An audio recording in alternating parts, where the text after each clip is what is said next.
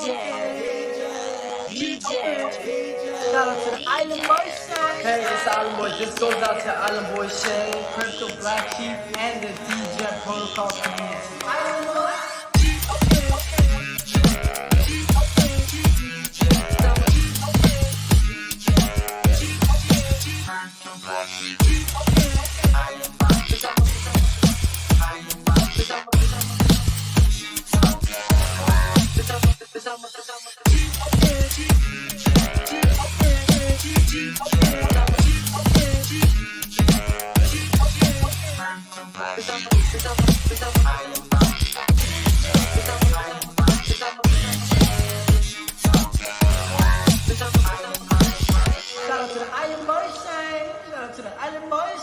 It's a sheep token going to the moon. Yeah. Drip hops and poles gonna make us all rich.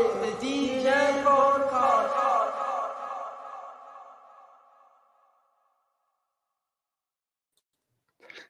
I didn't know about the special intro. Yeah, that was a surprise. That was a surprise. Yeah, welcome, the legend, epic Ken Shamrock. Wow, I feel like great to have you, man. Come on, let's go. Yeah, brought me back to my freaking growing up, man, watching him in UFC back when there was no gloves and shit. Right? Yeah. I need to sit down after that. Like, I feel like I need to stand up and start moving. Right? Even I felt like, I was like, yeah, it brought me back to being like 17 again. Right? Yeah. Yeah, the Island Boy. My bones start hurting. The Island Boys actually did a shout out for us on Cameo, and one of our community members mixed it up with that beat, and then I had my thumbnail guy do a special thing for you today. So welcome, and I guess you got your posse here to talk about Valor, right? Tell us about what you're doing. Yeah, first of all, I want to thank you guys for having us on.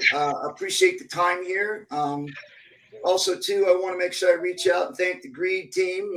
They were definitely a big part of helping us get to where we're at. And with Captain, being able to build a strategic partnership with them, we've come a long ways in a short amount of time, and we're very excited to have them with us. Also, too, I have the Valor team. Obviously, we'll hear from them after I kind of go through a little bit of my introduction, because in this space, I've realized that there's a lot of tight-knit communities and people that work very closely together.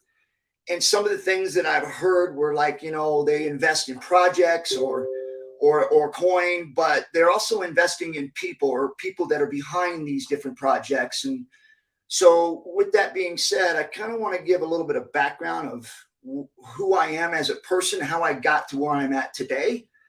So I'm going to go back a little bit. At the age of 10 years old, I was locked up in juvenile hall for strong arm robbery. I had gotten stabbed. I became a ward of the court, which means that I was taken out of my home at the age of 10. And I became a part of the court system, which meant the judge and the parole officer were then my parents, and they would then place me into different homes, which was boys' work camps, group homes, different facilities. I got either one ran away or got kicked out of probably 5, 6, or 7 of them. I mean, there was a lot of them in between the time I was 10 till I was 13. Ended up at the Shamrock Boys Home at 13 years old after failing all those placements, and definitely was always fighting and angry. When I got there, Bob Shamrock and Dee Dee Shamrock, who obviously became my parents, they adopted me when I was 18, but let's go back to when I was 13 and I first got there. Most of the things that were said about me was I was going to be dead or be in prison for the rest of my life. Because of the anger and how I was responding to everyone, because I hated the world. And my father literally figured out that because I was so outward with it, that if he was to put me in sports, that I would be able to vent that into something positive. And so he put me in football and wrestling. I became very successful at those things in high school. All of a sudden, I became from this punk group home kid that was going to be dead or in prison. all of a sudden I became relevant. I mean, like, because I could play football and wrestle, now all of a sudden I was important in high school, and teachers helped me do my work and all of that stuff. So it was a big change for me. So by the time I was a senior, everything was working great. Then I went on to college, played some college ball, did well there, turned my anger and frustration and all those things we were just talking about into the professional sport, which was pro wrestling. I went to Mooresville, North Carolina, started doing pro wrestling down there. In about 2 years, I became a champion in the pro wrestling circuit down there. Then I went to Japan, and I jumped into a thing called hybrid wrestling, which was a high style, high profile, almost shoot style organization. Then went into Pancrase. From Pancrase was the very first mixed martial arts organization that started back in 89 and 90. I became the face of that organization, the very first champion in that organization. They did a 2-day tournament. I won that tournament from people from all over the world. This is before UFC or any of the other no holds barred or MMA organizations came up. This was the first one, and I won that. Then UFC came in 3 years later, probably around 93. And I jumped into that. That was no holds barred. And then, of course, went into the mixed martial arts. I became the face of that, and also one of the very first ones to be inducted into the Hall of Fame, the UFC Hall of Fame, and also inducted into the Wrestling Hall of Fame. Now, all of that anger and frustration I came from, I built it into something that was relevant, and I became relevant. But I also learned a lot during those times in the ring, listening to the fans, listening to the media, understanding what it is they liked and they didn't like, which leads me to where I got involved with the business on outside the ring, or in my case, outside our bout circle. So the things I learned, one of them was, people kept saying in the very beginning, when we were doing the mixed martial arts and you'd start going down to the ground, they would say, stand them up, stand them up. So when I came up with this bare knuckle, Valor bare knuckle, I wanted to make it exciting and fun for the fans. And so I thought to myself, we're just going to keep them on their feet, and we're going to have them go toe to toe. And the other thing I heard was that, you know, the vision on there, it was like they were always looking through ropes or fences or turnbuckles, always something in the way. So we took them out. We literally took the ropes down. We took the cages down. We built a bout circle. And so there's nothing impeding the view of the fans. Literally, they're literally watching someone with nothing in their way. And a lot of people go, what about how do they stay in the bout circle? And it's like, as a fighter, right? Understand, as a fighter, you should not be told you have to stay in and fight, right? The guys that are fighting are the ones we want. Those are the ones we want in the bout circle. And so it is a faster paced fight. And a lot of people would be very, very surprised when they watch the fights, how quick it is. And the other thing too, the most boring thing in boxing, right, is the clinch. It's like, you hate it when someone starts throwing punches, the guy grabs them, they stop. So we took out clinching. No clinching. You can't clinch at all. You got to punch out when you're in close. And the most important thing, we were the very first. Valor BK was the very first true bare knuckle. The first true bare knuckle, which means there was no tape on the hands. We didn't allow tape on the hands. We want a, pure God-given talent to go in and fight with your God-given talent only, not using equipment or anything to make you better. And so once we put these together, I felt like we did a show, and it was just, it was explosive. It was fast. It was high action, and it blew up. Of course, then COVID hit. So we had to restructure and do some other things, which we'll get into later.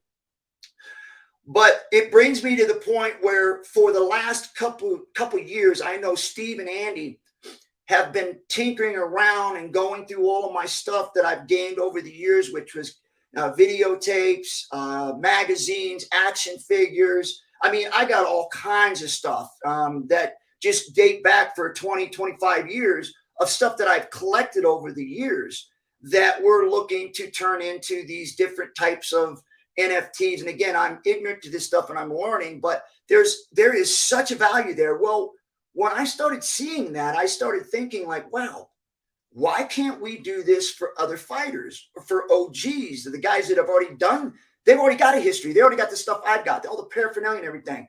So it just dawned on me, like, how come we can't marry the combat space with the crypto space? Like, how does that work? And so that's how we started getting into these conversations. And of course, Big Mike, who was on here, I'm pretty sure, made an introduction to us from Captain to be able to come in and start talking about doing a coin and how all this can protect the fighters and help them gain more income even after they're done fighting. Because if you think about it, 3 to 5 years is usually about a time a fighter goes in and can make money.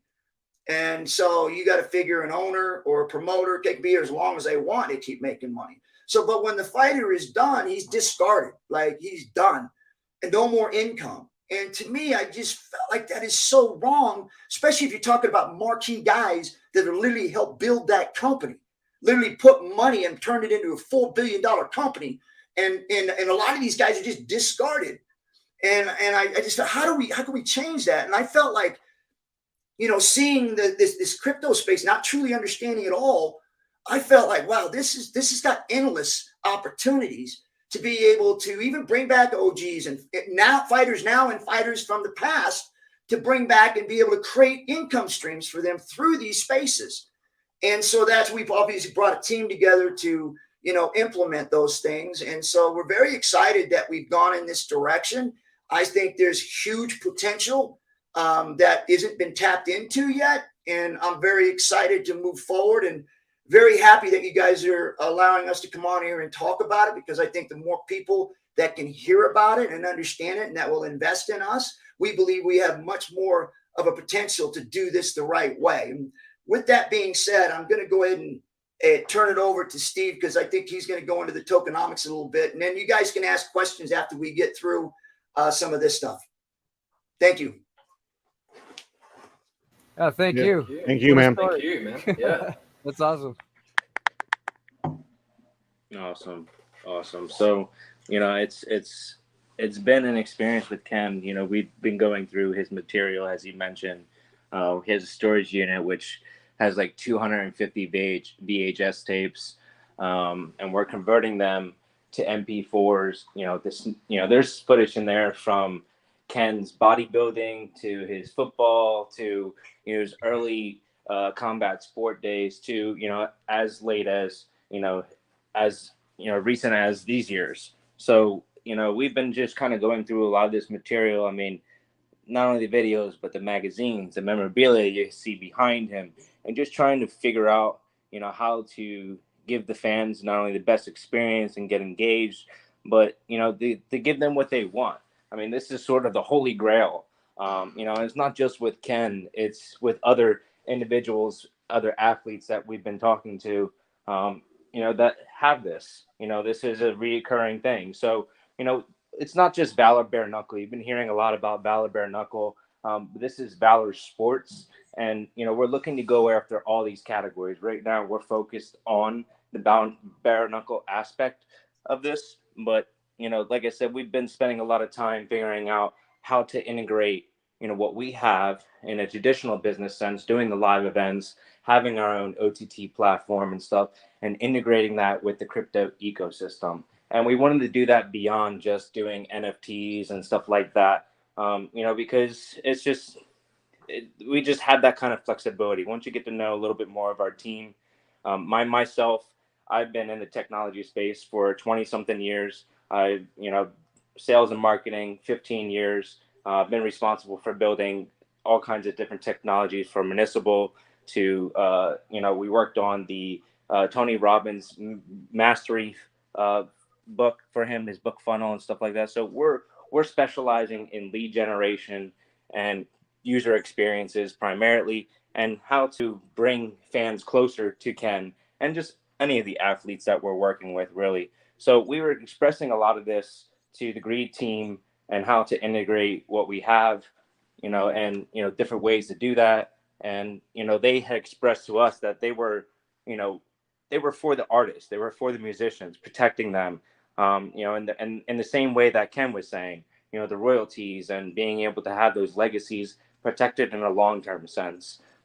We shared visions, and we just thought, between them being the musicians and having that music industry, and then us having the sports, just felt like a natural fit, really.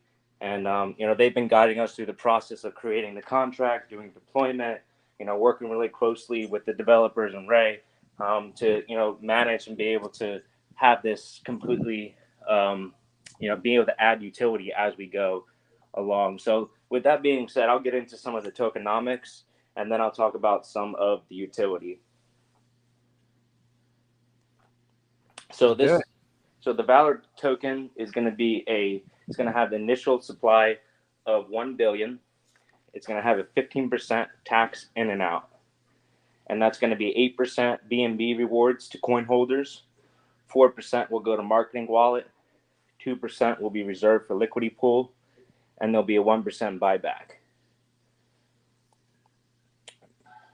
So we're right now, we're in the private sale. We can get more questions asked about that right now. There is no minimum. We do have a max perch of 50 BNB right now. We'll be closing the private when we reach the 750 BNB.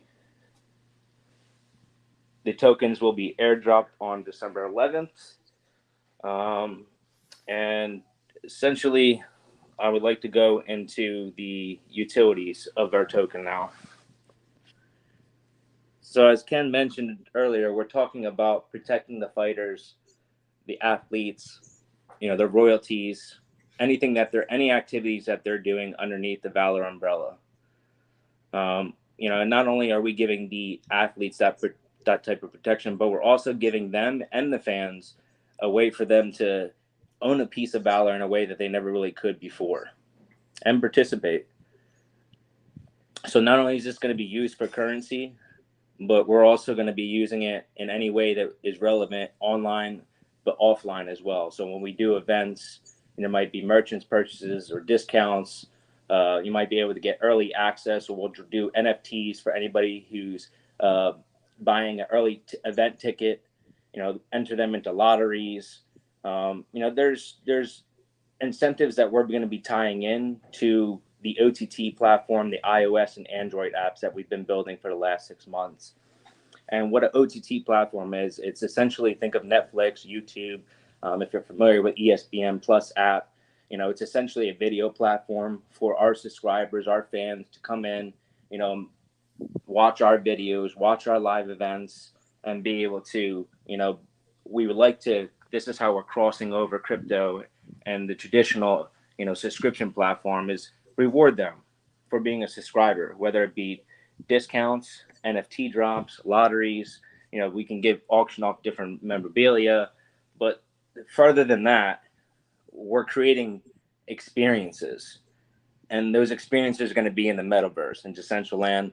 So we'll have the ability to live stream our events in Decentraland, but also create virtual museums. So, for example, all the stuff that you have behind Ken, all the stuff from the videos earlier that I talked about, that type of stuff, we can create a museum where people can walk through, experience, and obviously you have the NFT ownership of that, and people being able to say, hey, I own this in, the museum of, Shamrock Museum, whatever we were going to call it at that time, so there's that aspect. Then you have wearables, but then, this is something that, in addition to all this, when we launch on December 11th, we'll also have staking available.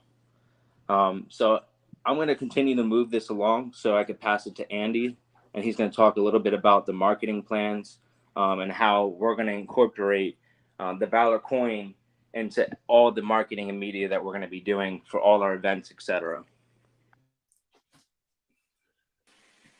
So you guys are going to be like at the live fights, you guys are going to be using it to like promote it and push it like forward to the audience a lot? Yeah, so 100%. Nice. That is definitely the plan, to have that fully integrated as we move forward. so that people can attend and have an experience live from their home. For sure, that's definitely the plan. Here's a good question. The pre-sale lock, how long is that for? The pre-sale lock is for 3 months. 3 months. Private Okay. sale. That's the private sale. Yeah, the Yeah, pre-sale. the private sale. That's the one that I think I got into, where the coins are locked up. Yep. Yeah, the one we got into like a week Yeah. or two ago when they. Yeah, cool. Nice. Yeah, go ahead, guys. Whatever you got next. Okay, cool. Yeah, I'm gonna just kind of run through some marketing stuff. Just a little bit about me. I've been business partners with Steven for going on 10 years. As you heard him mention earlier, as we worked on Tony Robbins' book launch. I guess you could say my expertise is lead generation and user experience and customer retention, right? That's kind of my bread and butter. I've spent and managed multi-million-dollar ad campaigns on Facebook, Instagram, YouTube, Google, you name it. One of our other partners, Maddie, he was the founder of one of the largest tech hemp companies in the US, and me and Steven did all of their tech and marketing for about 2 years. We've managed Ken's personal brand for the last 3 years. So that's kind of where we kind of come full circle to where we are now, getting into the ecosystem with crypto, NFTs, etc. So just kind of to open up the mind a little bit.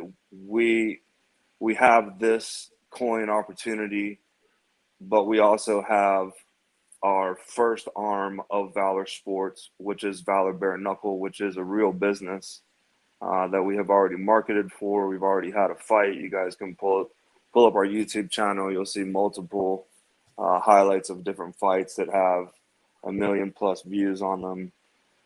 So as we prepare to launch multiple new fights in 2022, we have extensive marketing plans. Each fight usually has around a 17-week marketing plan that we are obviously now going to start incorporating the Valor coin into all of that marketing. So anything that we do, Facebook, Instagram, YouTube, Google, etc., online, offline, is going to incorporate this new initiative. Educating people is kind of what we do. It's our background. User experiences.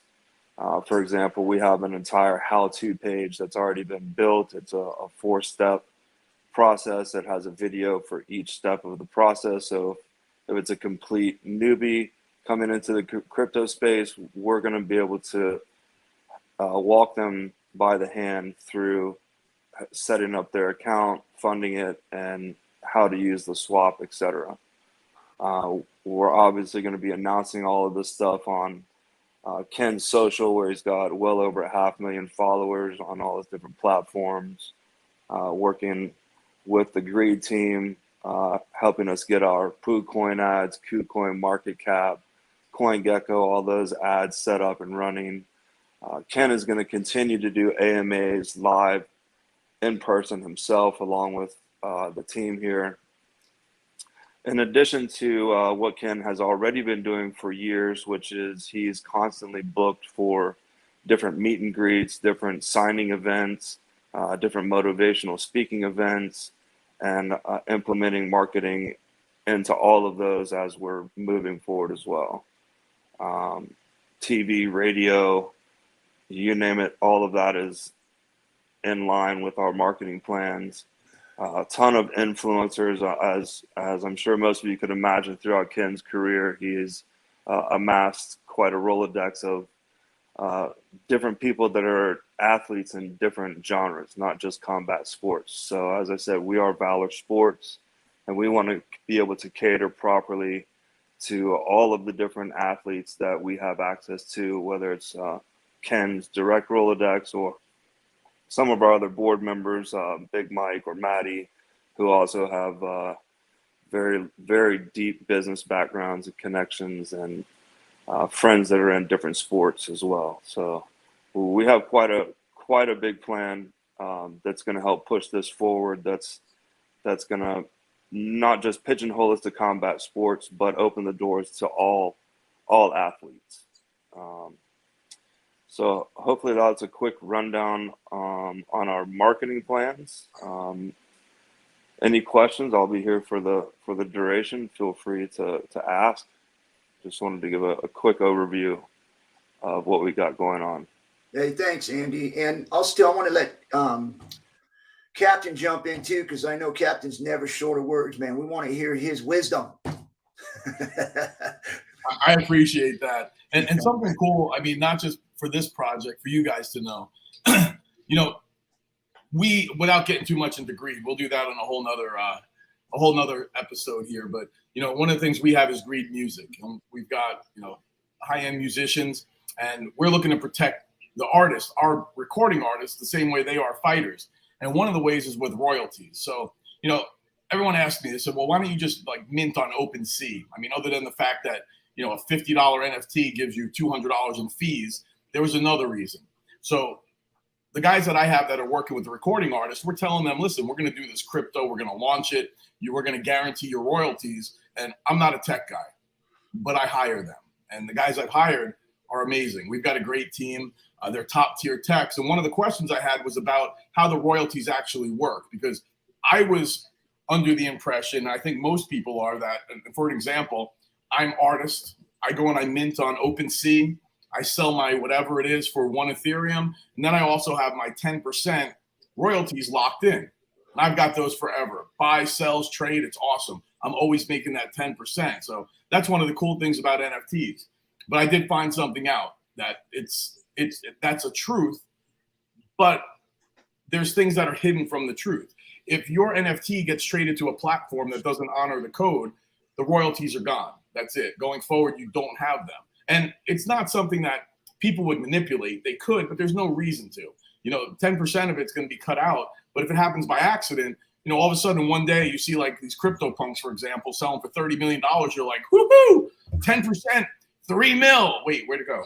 So, you know, part of it was I'm trying to tell, you know, recording artists that we're always going to have you protected. When I found that out, to me, it wasn't acceptable. And my background goes back to, 1996. I started as an investment banker. Since then, I've been in investment banking and business consulting. So it's years of problem solving and doing other stuff. So the techs that I brought in are, they're top tier guys. I've got them on our greed team. You can see they've even got the certifications. Some of them don't, some of them do. You don't have to have a certification to be great. But the ones that are building our NFT platform are building it so that it has code where we're going to be the first NFT platform that can guarantee that the artist will never lose their royalties. You'll be able to trade it to different platforms. That's not a problem. You can go to OpenSea, you can go to Rarible, you can go whichever platform you want. Plus, it is a multi-chain platform too, so you can choose if you want to mint on BSC, Polygon. If you want to go on Ethereum and pay the fees, you can. We're giving the opportunity. But the one thing we could guarantee you is you'll never get traded to a platform where you're going to lose your royalties. And that was important to me because, we're here telling these, recording artists or athletes that we're going to protect them going forward. Well, we can't do that unless we do something like this. So we are going to have our NFT platform out. It's a full marketplace for anyone to use. Valor is going to be using it with their athletes. That'll be out by the end of the year. And that's why it's taking a little longer. I mean, the guys that are building it have amazing platforms already built. It's for different things, but I needed to protect the royalties. That to me was number one. The other thing that's cool about this relationship is, when they came to me, I saw a good opportunity for a strategic partnership. Why? I've got recording artists. I've got big names that cover that area. They've got sports. So we're not in any competition. And even if we were, listen, all the good guys need to work together. But it opened up a whole world that, if I have people come to me that are athletes, because, again, most of the musicians that we work with, they've got friends that are in the NBA or whatever, we'll put them through Valor Sports. So it was a good relationship where we encompass a whole different area. But since I already got to the game a little bit earlier, I was able to purchase property in Decentraland. We wound up getting two buildings, basically. I have a 6-parcel estate and a 9-parcel estate. Luckily, I got it right before Mr. Zuckerberg opened his mouth. I brought my two. I'm telling you, I bought them Thursday night. At the time, Mana was 86 cents. An hour later, no bullshit. An hour later, it ran 87%, and I'm Holy up. shit. Yeah. So the funny story behind it, if we got a second here, we were gonna plan. Like I call the shots for our team, but I've got the Grammy award-winning producers Cool and Dre on my team. So Greed Music isn't me. I've got Cool and Dre who run that. So we had a whole big plan to get together with our metaverse architects, and they were going to walk us through Decentraland on the weekend. So we had plans. It was like Saturday or Sunday. We're going to all get together and pick the building because we're all one big happy family. But man, it was like Thursday night.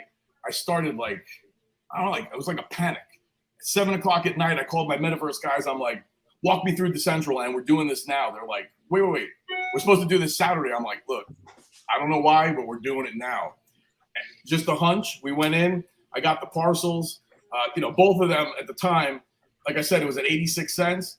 Right now we're up 500%. But even within that, Marco, thankfully he opened up his mouth after. I don't know if I had ESP on that one, but the point is we're already building a couple things in there that benefit us. But having the arena for concerts was big. Like, so we could live stream for any recording artist. Well, we could also live stream for Valor BK until they get their property. Listen, everyone's talking metaverse. You got to get there. Luckily I got there at a good point and was able to get some strategic properties. So, we're going to be working with them now, hosting their museum and art gallery until they build their own. So it's cool that we have this partnership.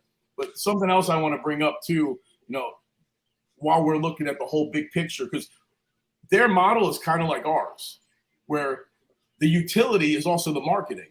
So, most people are looking to pay for influencers. Well, we don't need to pay for influencers, neither do they. Ken himself is an influencer. His friends are influencers. These guys that are coming in that they're going to do NFTs, once they do that, well, they promote. Look, what do? We shill our own bags. Well, we're going to start making these famous people shill their own bags, basically. But something else to think about, in the first year, we know that Valor is going to do 4 fights. I'm sorry. So I think February, they're trying to get the first fight out. When they do the first fight, there's 15 fights there, so 30 fighters. The cool thing is each fighter is going to have vested interest. Not only are they going to have some tokens in their pocket that they're going to want to shill, but they're going to have NFTs and fully want to support the crypto. Well, that's 30 fighters. But something else to think about is each fighter comes from a fight club or a fight team. How big is American Top Team? I don't know. I should probably do the research because I've been talking about this. But, if you think they're supporting their fighter, they start talking about it as everyone's talking about it and they're promoting a fight anyway.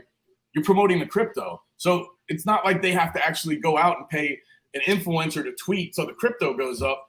You're getting a 2-for-1, man. And the other cool part is, I found this out trying to get people in for Greed before we actually had our first songs coming out, which are coming out soon. If you try to get people to swap on a token that haven't swapped before, there's not as much incentive. I was telling people back in April, I'm like, buy Shiba, buy Shiba. Their answers were, yeah, I'll get it when it comes to an exchange. By that point, it's too late. They weren't motivated. The cool thing we're seeing now is that, Ken Shamrock is now involved in a token.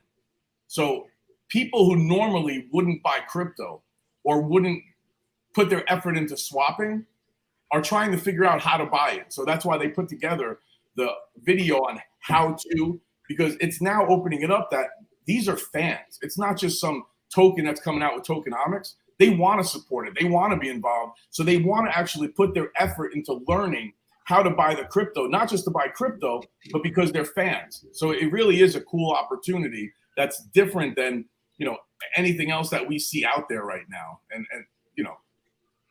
that's why I like bringing those up, because it is different when you now have your utility as your marketing arm. So when you have Steven and Andy talking about what they do as far as marketing, it's awesome because no matter what, they're marketing Valor BK, but in turn, that markets Valor coin. So you get a 2-for-1 with it without just throwing money away.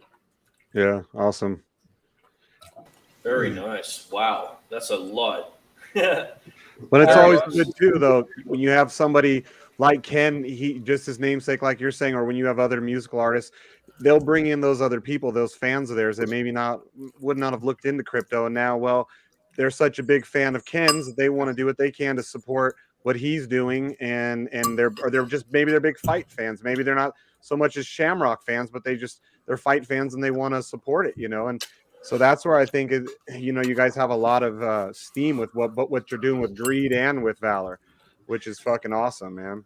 Yeah, and I think too we have a great opportunity, especially with Steve and Andy, and they told you about their background, their professionalism through these different social media platforms, and there's so many other people that I have known over the last 30 years in my career that are celebrities that will come into this space that will bring their fans in, and those fans not necessarily are crypto people. So I think we got a big opportunity to really bring in a whole lot of just making it more well known and have people get involved with crypto because they want to follow whatever celebrities that are getting into crypto and want to support them. So there's a lot there. And then the marketing and stuff that Steve and Andy do through these social media platforms too are also going to a whole other type of person who doesn't understand crypto. And like you guys heard him say earlier, they basically put together a how-to video so that people that don't know how to sign up have a step-by-step process that will get them into crypto. Nice. Yeah, and I want to chime in here real quick. There's other technology that we have experience with from building systems. I didn't really get to talk about too much, but we've worked with some universities in building their educational learning management systems and stuff like that, where we understand there's an onboarding process and then an education process, and then them actually wanting to use or access their NFT or whatever material it is that we're giving them access to at that time. We're using technology like I don't know if anybody here is signed up for a Sandbox, for example. They have a single sign-on process, which allows you to use the email, allows you to use Bentley, which is a custodian wallet for your Facebook, your Google, and your Twitter, and then it has, I believe, Meta with that. So that really encompasses everybody in that single sign-on process, because you have your early adopters, which will be your MetaMaskers and stuff, and then you have the later mainstream, which is what we're talking about, bringing that in. But it really comes with what are the incentivizations? What's the incentive for them to want to learn their crypto beyond just wanting to support Ken and the activity? It's the giveaways, it's the lotteries, it's if they're subscribed, they get rewards, or there's different incentives that make them want to know how to redeem them or how to access them. Or hey, if I'm ignorant to the crypto space and I'm holding an NFT from Ken Shamrock's vault that's worth 30 grand, and I have somebody saying, hey, I want that, and I won that in a lottery, you damn well sure know I'm going to figure out what that means and how to access it and many things beyond that. So we're creating that desire and that drive, and we have the experience doing it through lead gen and user adoption, and just understanding the different phases of what we're in. Everybody that's on this phone call right now is an early adopter. Even Ken himself, this is the first of any combat sport, to my knowledge, is doing something. Or I don't know a lot of traditional businesses that are venturing out into the crypto economy or ecosystem to figure out ways to integrate like this. Most of the things that come through are pump and dumps, or they're like, I won't say any names, I won't call anybody out, but they're really weird projects that don't have a lot of assets or utility, or even being able to tap into the general audience. You don't see that often. Yeah. Nice. All I know is well said. I just want to jump in and say I've got dibs when it comes up into an NFT on the Ken Shamrock action figure on the second shelf, the second shelf next to his belt. I got dibs on that, bro. So I see that. I see that action figure there. Yeah. That's hilarious. Yeah, it sounds good, man. Did you catch any of it? Questions? Did you catch any of this, Mad Dog? Or you came in a little No, I just hopped on. I just got off work. Oh, okay. Mad Dog's one of our other board members with our whole group and tokens we're building as well. So welcome, Mad Dog. You're a little late, but better late than never. That's Nice right. to meet you, Mad Awesome. Dog. Welcome aboard. Hey, man. Nice to meet you guys. Yep. I'd just like to illustrate. You guys have one hell of a competitive advantage here. like one hell of a competitive advantage in pretty much every field here. I'm so excited. Thank you. Thank you. Definitely appreciate that. It is an exciting opportunity. Yeah. Just for from sure. a business perspective, like you've got most of your bases covered, like already. Like, and I'm assuming for most projects, getting people on board and celebrities, etc., is going to be quite difficult. Whereas in this project, it's already done. Yeah, Yeah, right. you know, the great thing too is that, you know, we've been together for a while. Like I've known Maddie for ever. I mean, a long time. And Steve and Andy have been with me about 4 or 5 years now. I think 4 years now. And working with me closely. Yep, So going we on. spend a lot of time together. And so that's the good thing is that and if they're not close, they're like for Big Mike, I met him and we've been together for about a year, but he goes way back with Maddie and Steve. So the connections are deep. And so we're very fortunate to have each other and to be able to work with each other and having that kind of, you know, friendship that long. Yeah, thank you for highlighting those connections. Hey Ken, is that your that first super fight UFC belt up there on the shelf above you? Well, there's 2 of them, the first one and the second one. The only belts given out, those are the first 2. Yeah, that's badass, man. That's Thank what I you. was looking at it. I was like, I recognize those, man. Yep, those are the very first 2 belts that were Awesome. given out. Yeah, I don't think a lot of people like here realize too, like from our people, weren't you the first guy to ever put together like a team with your Lions Den before that was even heard of? I actually built a business, and I built a business with the fight team and a gym. I was the very first one to do that.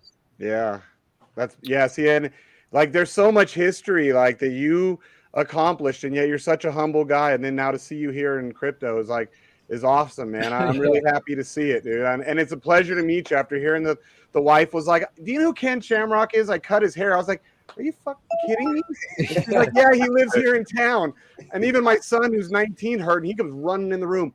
What? You cut Ken Shamrock's hair? No, I was.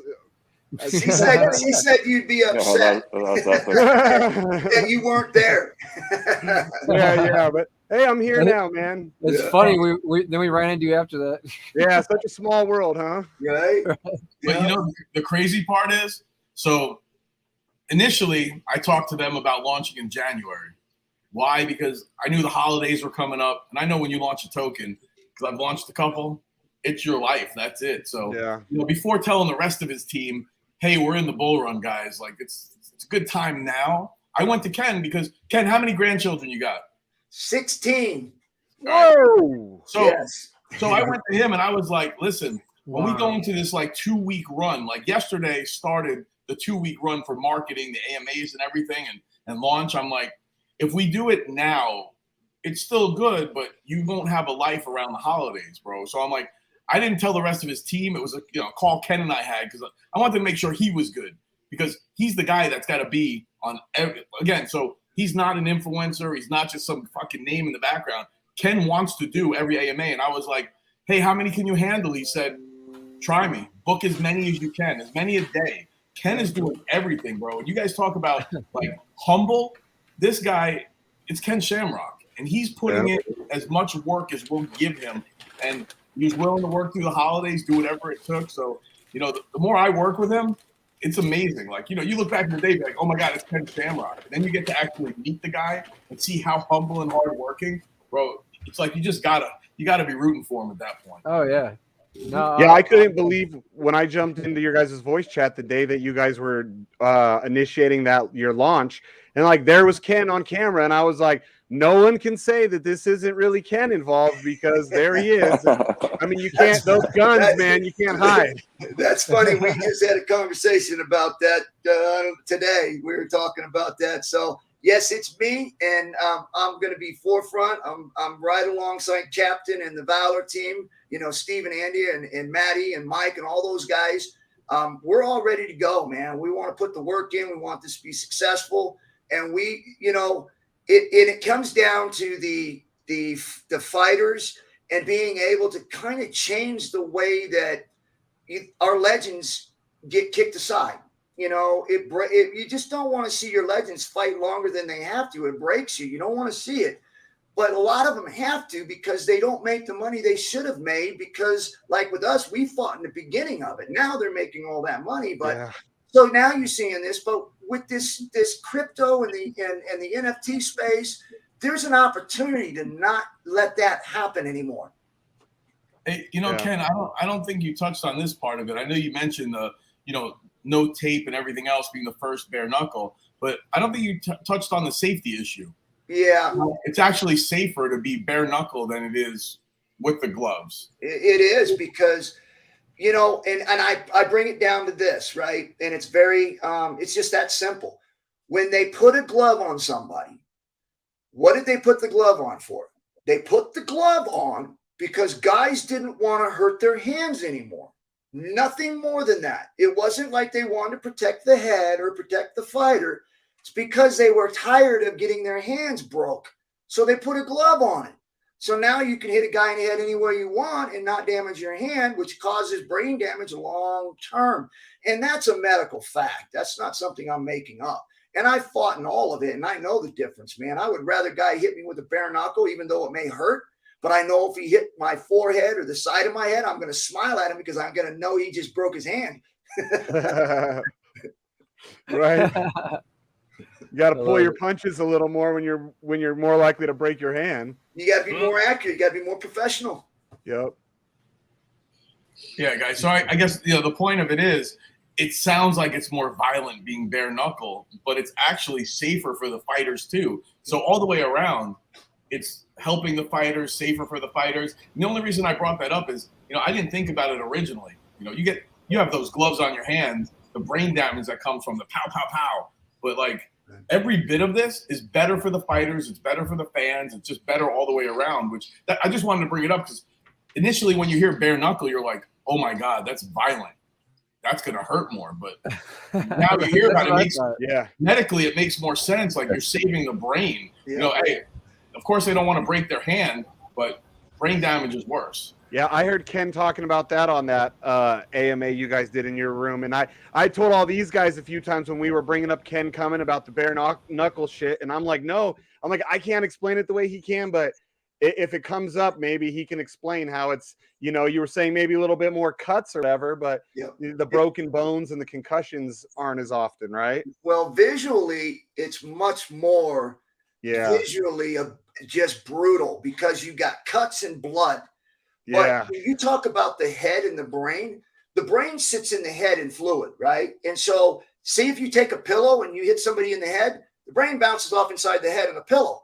Well, if you take a bare knuckle and you hit a guy in the head, brain bounces off inside of that head. The only difference is you can hit a guy in the head 100 times with the pillow. That brain bounces off inside of the head 100 times, but you can only hit somebody in the head 1 or 2 times before your hand starts getting bruised or broken. So it doesn't bounce off in 100 times. Yeah. Yeah. Makes so sense, those fights don't last very long, do they? No, that's why they're only 3 rounds because it's not going to go. Every punch, a jab can knock somebody down, right hand, uppercut, they're all effective to knocking people down. Yeah. So, Ken, let me ask you something. On the long-term damage to your body, was the professional wrestling worse to it than the UFC stuff? Yes, because in professional fighting in the UFC, I was good enough to where I could end fights with no damage. In pro wrestling, I had to give them my body for 20 minutes. Yeah, just kick each other's asses, these huge guys. That's why when people say it's fake, I'm like, yeah, I said, tell that to Ken when he comes on the show because their bodies take a ass whooping for years, man. Yeah, just watch one of my chair shots and tell me it's fake. Yeah, I actually was going to ask you. I was watching some footage on you the other day with Jenny, and I was like, I got to remember to ask him what it feels like when he got hit by a chair. Oh my God! Yeah. Tell me that's fake. That has to hurt. Honestly, man. that is actually one of the questions that I have had is what does it feel like to hit someone with a chair? Yeah, I never hit nobody with the chair. I got hit with the chair. Oh, right. Okay, well, that's a different story. On the side of the gun, Don. Yeah. Oh, man, that's I was a crazy one. I said, hit me with everything.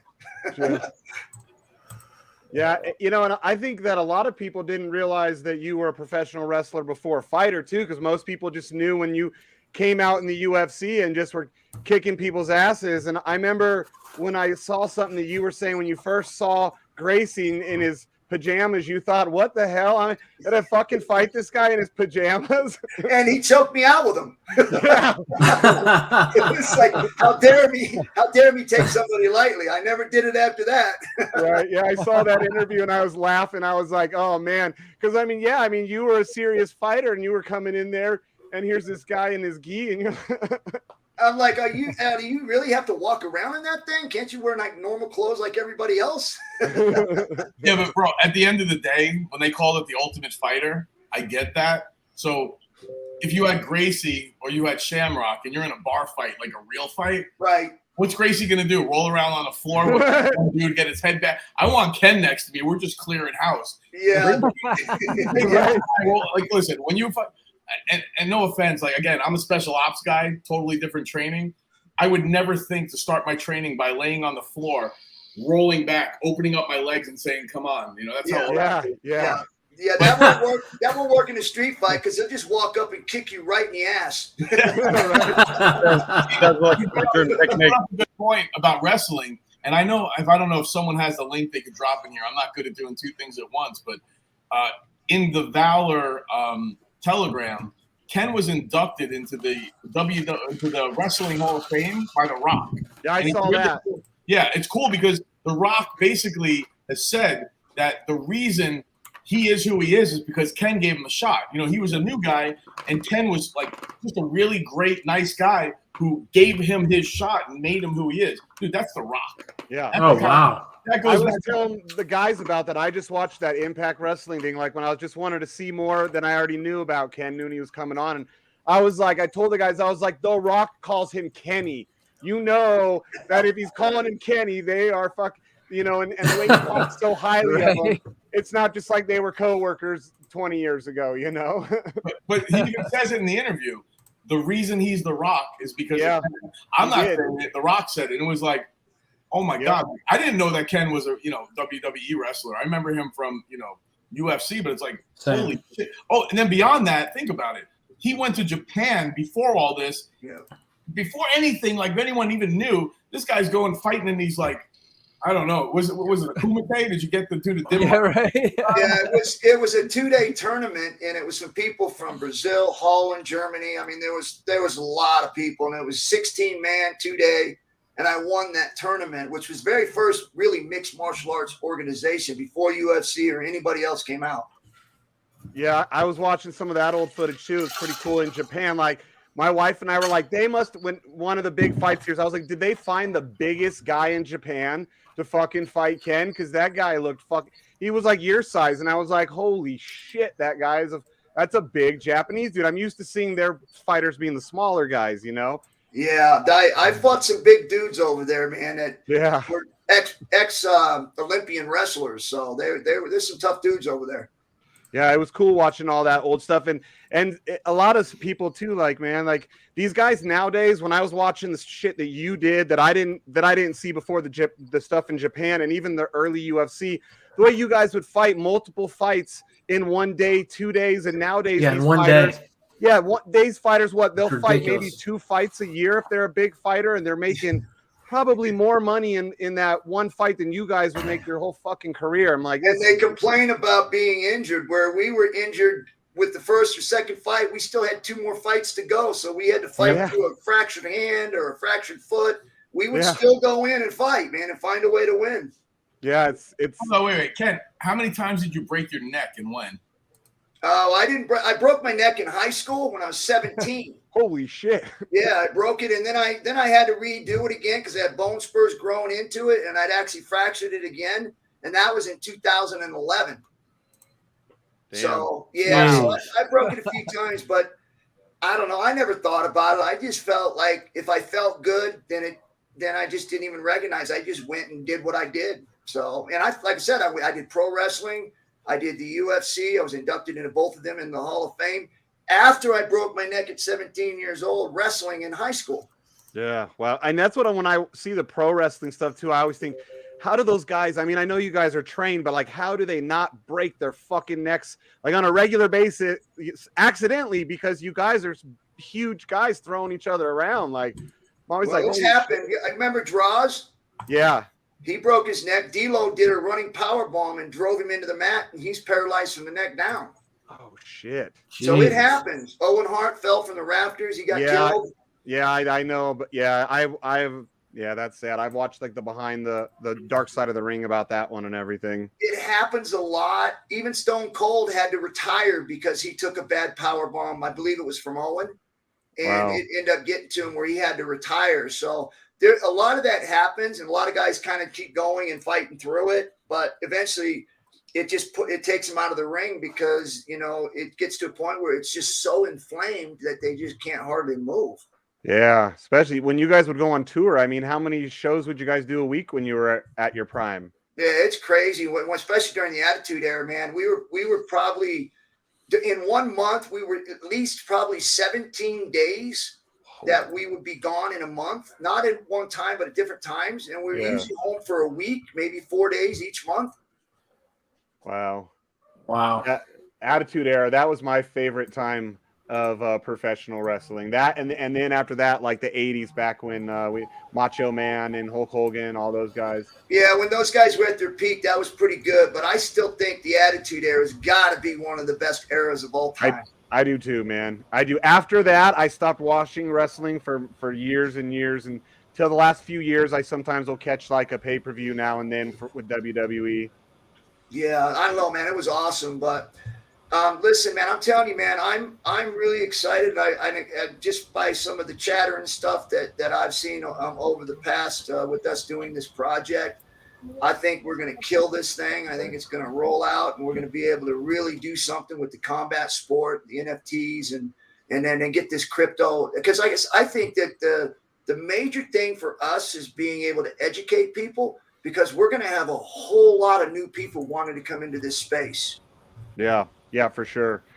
Yeah, and that's the most important thing too, which Captain Austin brings with the music stuff, and then you can with the fighting and all the sports in general. And BlackSheep and we were musicians back in the day, not to the level of fame that you reached, even close, but we know a lot of musicians too that have been coming to us like middle level saying, "Hey man, how the hell do I do this? You're making more money doing nothing than I'm doing touring all the time, And I'm like, you got to come around, dude. Yeah. Let us work with you. Hey, send them to Greed. Send them to Greed. We'll make them money.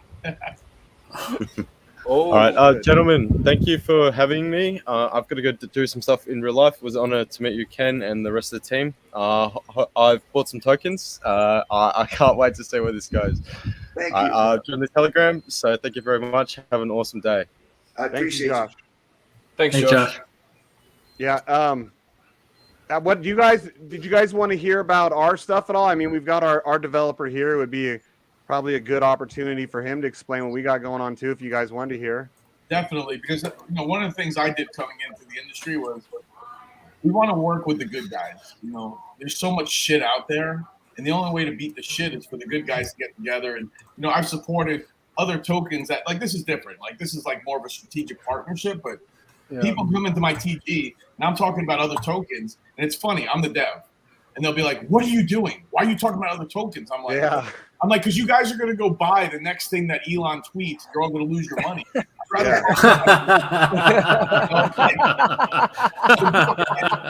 What people don't realize is, it's harder when you have something real. You have to have your real marketing dollars. If it's something fake, you can just throw it out there, do a bunch of bullshit, pull the rug, and it doesn't matter. So the only way to really fight against that is the good guys to stick together. So definitely, we'd love to hear about, other projects, good projects, and be able to promote them, through Greed and Valor, work together.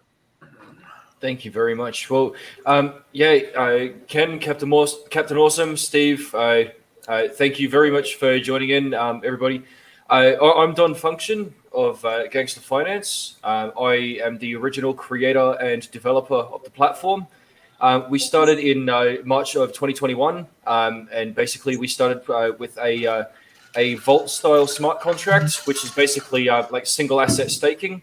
So people could stake their various tokens into these vaults, and there'd be a percentage of the tokens that's dripped back to them on a daily basis, proportionate to what they held in the vault. And that sort of built a very good foundation of savings-oriented technology that we've sort of driven over the last few months.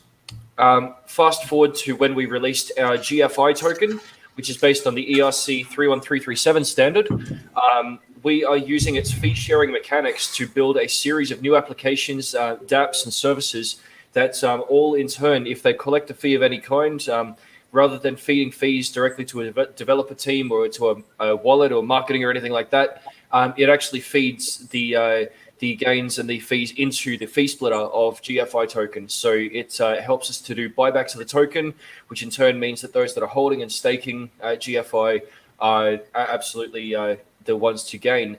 So fast forward now to today and the most recent couple of weeks, where I've been lucky enough to interact with the DGen protocol and the boys over here.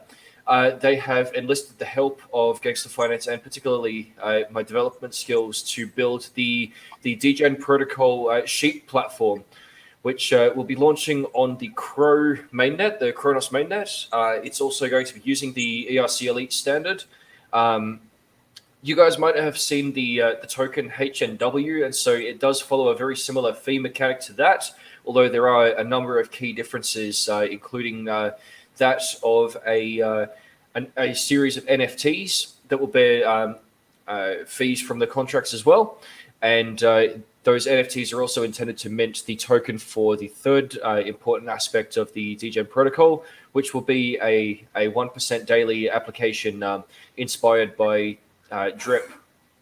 So we've got it all going on, and as I said, I'm lucky enough to be able to build that for these guys. I think we're the lucky ones, by the way. So I just have to correct you. So This when guy, you guys trustworthy live? developer.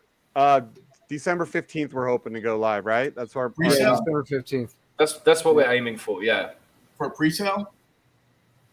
For actual launch, the pre-sale, he's working on that. Don, you know on? Yeah, man. I'm putting a speed on that, man. I think we're just going through the finalities of the deployment script, and then we should be able to test run, finish the site, and get going. So yeah, putting a speed on that as quick as I can, man. Awesome. I've definitely received the message for the sense of urgency this morning. Yeah, we've got. And I'm not. Did you mention? We've got the wallpaper. Sorry, go ahead. We're going to be on the Kronos network too. I don't know if I heard him mention it or not. So you did. You did. Okay, you did say it. I'm sorry. Yeah. All right. So now, all right. Look at me real quick. Right. See me? Mm-hmm. Hey, Ken, look in the camera. What's the Kronos network? You're talking to guys like us. You got to help us out here. Okay, all right. So You want me Kronos to guess? Network. Is it Kronos like idiot Network is people, morons? What is it? Aliens? Oh, you guys should know about it because crypto.com is huge, especially with UFC. Yeah. Crypto.com Yes, has its own network, Okay. similar to Binance Smart Chain. UFC? What the fuck's that? Yeah, I don't remember that. Yeah, they're one of the biggest sponsors of UFC now. Like all the shirts are crypto.com. They just took over the Staples Center. They're renaming it Crypto.com Arena. So, but it's their network, like how Binance came out with BSC. So Crypto.com came out with the Kronos network. And so we're going to be launching on there where the CRO coin, the Crypto.com coin is going to be the base liquidity of it, as opposed to like a BNB or BUSD or something. Yeah, did you guys see that new Dustin Poirier commercial for Crow? They just came out like today. Did not see that. I just want to comment and say that one of the things that we're looking at here in terms of why we're choosing to launch on Crow is because it is such a recently attention-grabbing network. Like it's done a lot of things to get people's attention, mass on board. What a lot of people would regard as no-coiners as well. Like people see Crypto.com somewhere, they've got no Bitcoins. Well, they're probably going to go and buy some after they see the probabilities that it'll be generated from this chain. So it runs on EVM technology, which is Ethereum virtual machine. So as the guys say, it's like BNB, it's like Ethereum. And what that means is that if we develop an application on one of them, hypothetically, if the community says, hey, listen, we're more interested in that chain now, if that too is the same technology, it's very easy for us to pack up what we got or indeed copy what we have and, deploy on that chain as well, and thus expand our reach and audience as well. Isn't that the same thing that this new one's coming out, Pulse Chain? So we're actually looking to expand to Pulse Chain as well when that one becomes available.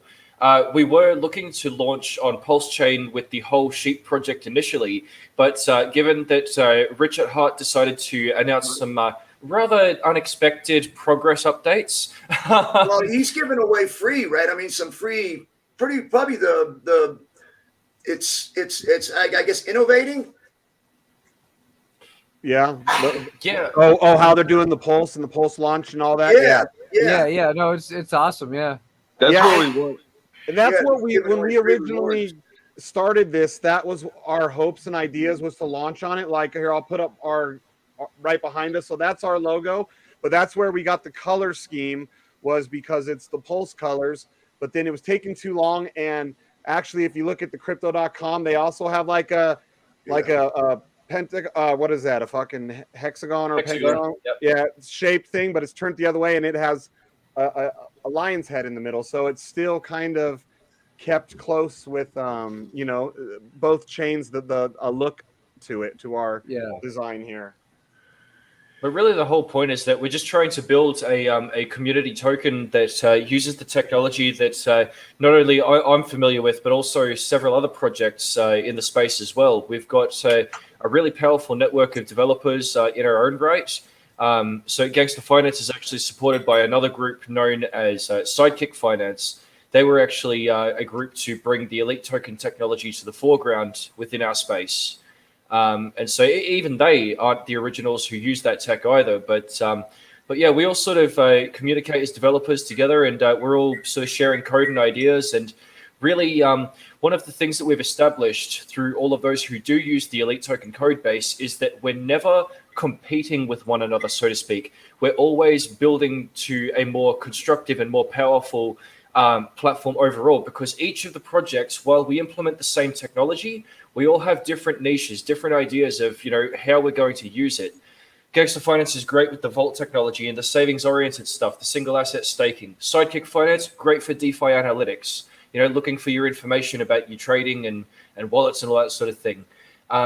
Every project out there has a different idea, and I think that's just really cool that Sheep is now the next token that's going to join that series of projects too. Interesting. How does it work with what you guys are doing and Pulse Chain? If they're launching at the same time, how does that compete, or does it compete? Sorry, what was the question? Like Pulse Chain is the same kind of thing that you guys are going into, right? Like, like a network like Chronos versus Pulse Chain. Yeah. So how does that? Is there a competition or competing, or do they work together? I would say that there's probably going to be a little bit of both. I mean, because the audience within the DGen protocol certainly have their leaning towards wanting to stay on Pulse. A lot of the community are hexicans, that the term for those who are invested in Hex. Yeah, I got Hex. I'm a Hexican too, so I got some. Nice. Excellent. Don't admit that publicly. There we go. The Mexican. sorry. My wife did that. So. There we go. This is usually what the background that we use, and we got the it's like a Pulse Hex thing. Yeah. BlackSheep. So ultimately, I think there's going to be some competition, because there are a lot within the community who are faithful to Hex and to the whole Pulse Chain thing. But then there are some who are more into the whole, there's an opportunity to make some money, we can move as a community, let's do it now type thing, which is why we're also jumping for Crow. On the whole, when we get the technologies deployed between the two chains, I think it's actually going to encourage competition, but also arbitrage as well. And that to me is really interesting, because arbitrage is just one of the many things that you get out of having abundant markets. So, and if we get to be a part of that, not only creating arbitrage opportunities, but also absorbing the fees from said opportunities when they're taken, sharing them with those who are invested in our platforms, then I think that leads us to a a very important role in the future. Cool. Yeah, the elite token has some nice technology behind it with the fee splitter and stuff like that. Yeah, we're gonna do more about this stuff, because even with like Greed Swap, one thing we did was we piggybacked on, if you go to Greed Swap, it's BSC, Ethereum, Polygon.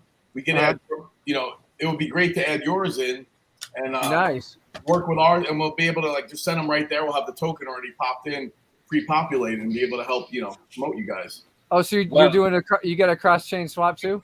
Nice. Yes. Hey, look, that's fantastic. Yes, we should talk more about that. Yeah, that's why I wanted Captain Awesome on here with them too. When they came on, I was like, Steven, is Captain Austin coming? Because I thought too it would be another good addition to all of our network that we have. Yeah, and I like the whole, I didn't know, listen, I'm dealing with my project as much as all the other crypto. I'm not a tech guy. So like, we actually released our rewards token, which is, so when we stake, we're staking for a different rewards token. I didn't want to stake a BSC token and get a BSC token. I didn't want to stake greed and give back greed, because you're just prostituting yourself. Yeah, so what we did was, we came back, you guys will see, like, we came out with the name of the token, it's $. The symbol is $. It's a Polygon token that we already have it set up to bridge to Ethereum if there's a reason to. If Ethereum drops their fees later, great. So we did do something like a cross-chain where you're going to stake for greed and get the Polygon token. So we have it in our swap. So we basically have a swap right now that's, you go to Greed Swap, it's BSC, Ethereum, Polygon. We could add whatever, and that would be a reason to like work with you guys to at least promote you. And, we'll talk about it. That's cool. Different opportunities. Because that's awesome. Interesting. Yeah, thanks. And then, and Ken, being that we live in the same town, if you ever want to like get together, I could bring over my laptop and kind of show you different stuff too, and like show you a little more. And I was telling Steven too, when he comes to town, if you guys wanted to catch lunch and pick each other's brains too about stuff. Hey, I'm learning, man. So anytime I can get together and learn, I'm all game. I'm cool, ready man. to Yeah. learn. Yeah. Because that's Black Sheep and I, that's our biggest things, is we love to teach people what we've learned the last, few years. Black Sheep's been in it a lot longer than me. I've known him about 17 years, but how long you been in it now, Sheep? About 4 or 5 years you've been in crypto? I've been in it since like May of 2017. Okay, and I've been about 2.5 years into it. And Black Sheep lives down in Vegas, and then I'm up north. So I mean, we love to teach people, and Steven, you or any of your guys that don't know as much, Captain, if you have any questions too, like, you guys can always come ask us, because if we don't know the real technical shit, we've got Dawn in our back pocket that's always there for us, which is cool to have. Gangsta. Yeah, a gangsta developer that you can actually trust. I've never worried about him running off with anything. Like, he's doxed himself to our board members. We all know who he is and what he looks like, and but we got a good group of guys here, and if any of you guys have questions that don't know as much, just come ask us, dude. Don't feel stupid. Be like, oh, I don't want to ask because I look dumb. Like, how else are you going to learn? I ask dumb questions every day. Look at me. I got red beard. Yeah, you do ask some questions. I vouch for that. No, we appreciate that, man. Thank you. Hey, are you on TG? Yeah, I am. Okay, so just hit me up on there. Okay, yeah, I'll send you a message right now. I'll find you. Cool. Yep. Yeah, I'd like to get together, man, and just pick your brain. Yeah. Nice. Excellent. Thank you. Hey, do we have any questions in the audience or anything from anybody? You guys want to type them in the chat? Oh, do we have something else? Say something. I was about to say, man, I'm actually going to have to probably, unfortunately, head on out. I do have a couple of other commitments to meet today. But look, I just want to say thank you again very much, Ken, for joining us here today. And thank you as well for your time. It's a great honor, greatly appreciated. And I'm looking forward to working with everybody here in the space. Let's create something totally kick-ass. Appreciate that. And I sent you a couple messages so you knew it was me. Yeah, make sure you hit me up so we can get an AMA with you guys too. Okay. Yeah, whatever. I'll hit you up right now too, man. And you can, if you ever can't get a hold of Black Sheep, there's always myself or White Rhino, who's also in this call, or Mad Dog. All of us are board members. So we love to prostitute ourselves. Yeah. So you got all of our board members. On Hey, I'm sorry, but I don't pay for that stuff.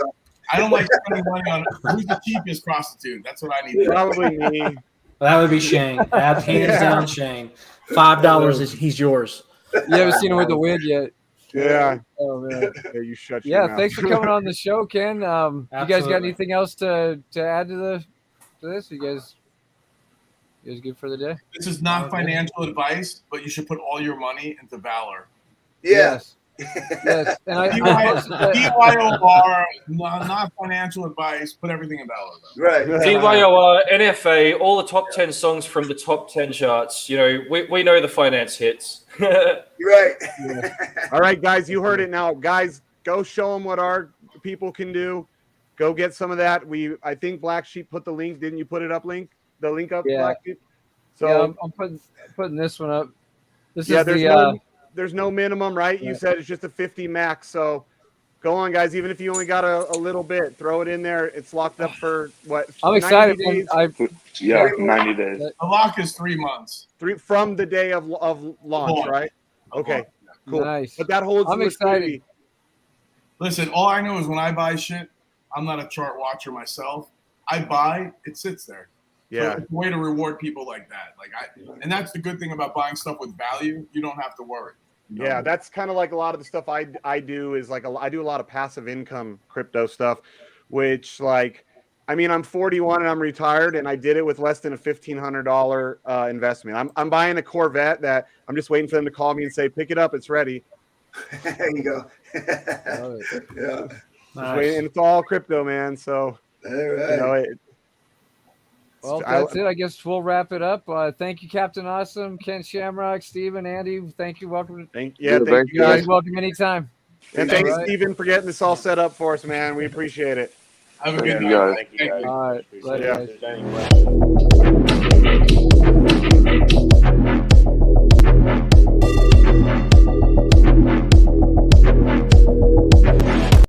She's talking. Island boy. DJ.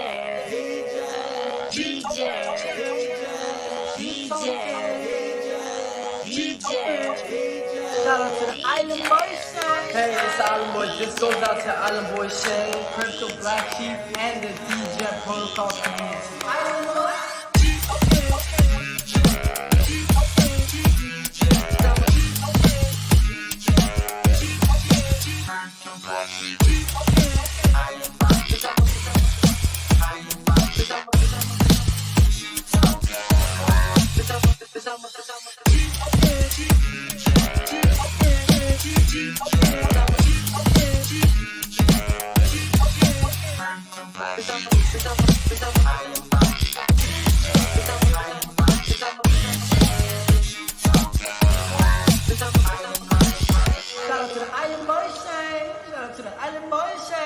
Sheep token, going to the moon. Drip hops and poles, gonna make us all rich. The DJ